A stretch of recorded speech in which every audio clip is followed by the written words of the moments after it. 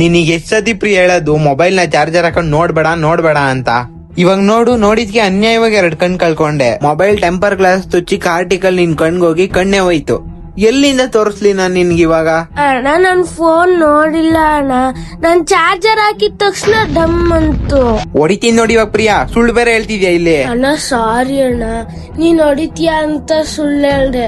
ನಾನ್ charger ಹಾಕೊಂಡ್ ನೋಡಿದ ತಕ್ಷಣ ಡಮ್ ಅಂತು. ಅಣ್ಣ ಇವಾಗ ಕಣ್ ಬರಲ್ವಾ ಅಣ್ಣ? ಬರ್ಸ್ಬೋದು ಪ್ರಿಯಾ, ಆದ್ರೆ ಡಾಕ್ಟ್ರು 40 ಲಕ್ಷ ಕಾಸು ಕೇಳ್ತಿದಾರೆ ಕಣ್ ಬರ್ಸಕ್ಕೆ. ನಾನಾದ್ರೂ ಓದ್ಲಿಲ್ಲ, ನೀನಾದ್ರೂ ಚೆನ್ನಾಗ್ ಓದ್ಲಿ ಅಂತ ಸ್ಕೂಲ್ಗೆ ಹಾಕ್ದೆ. ಆದ್ರೆ ನೀನು ಹೋಮ್ ವರ್ಕ್ ಬರ್ದಿಲ್ಲ, ಇದ್ ಬರ್ದಿಲ್ಲ ಅಂತ ಸ್ಕೂಲ್ಗೆ ಹೋಗಲ್ಲ ಕರೆಕ್ಟ್ ಆಗಿ. ಅಣ್ಣ ಸಾರಿ, ಇನ್ಮೇಲೆ ಕರೆಕ್ಟ್ ಆಗಿ ಸ್ಕೂಲ್ಗೆ ಹೋಯ್ತೀನಿ. ಅಯ್ಯೋ ದಡ್ಡಿ, ಇಲ್ಲಿಂದ ಮನೆಗೆ ಹೋಗೋದ್ ಹೆಂಗೆ ಅಂತ ಯೋಚನೆ ಮಾಡು, ನಿನ್ ಕಣ್ ಕಾಣಲ್ಲ. ಅಣ್ಣ ನನಗ್ ನಿಜವಾಗ್ಲೂ ಕಣ್ ಬರಲ್ವಾ? ತಮಾಷೆ ಮಾಡ್ಬೇಡ, ನಿಜವಾಗ್ಲೂ ಹೇಳೋಣ, ನನಗ್ ಭಯ ಆಗ್ತೈತೆ. ಬರುತ್ತೆ ಪ್ರಿಯಾ, ಯೋಚನೆ ಮಾಡ್ಬೇಡ. ಊರಲ್ಲಿ ನಮ್ದು ಹಳೆ ಮನೆ ಇತ್ತಲ್ಲ, ಅದನ್ನ ಕುಮಾರಣ್ಣಂಗೆ ಹೇಳಿದೀನಿ ಮಾರೋದಿಕ್ಕೆ. ಅಣ್ಣ ನಾವೆಲ್ಲಿದೀವಿ ಈಗ? ನಾವಿವಾಗ ಕುಮಾರಣ್ಣನ್ ಮನೇಲಿದೀವಿ ಪ್ರಿಯಾ, ನೀನ್ ಟೆನ್ಷನ್ ತಗೋಬೇಡ. ಅದೇನೇ ಆಗ್ಲಿ, ಅದೆಷ್ಟೇ ಖರ್ಚಾಗ್ಲಿ ನಿಂಗ್ ಮತ್ತೆ ಕಣ್ ಬರುತ್ತೆ. ಮತ್ತೆ ಪ್ರಾಮಿಸ್ ಮಾಡು ಸ್ಕೂಲ್ ಕರೆಕ್ಟ್ ಆಗಿ ಹೋಗ್ತೀನಿ ಅಂತ.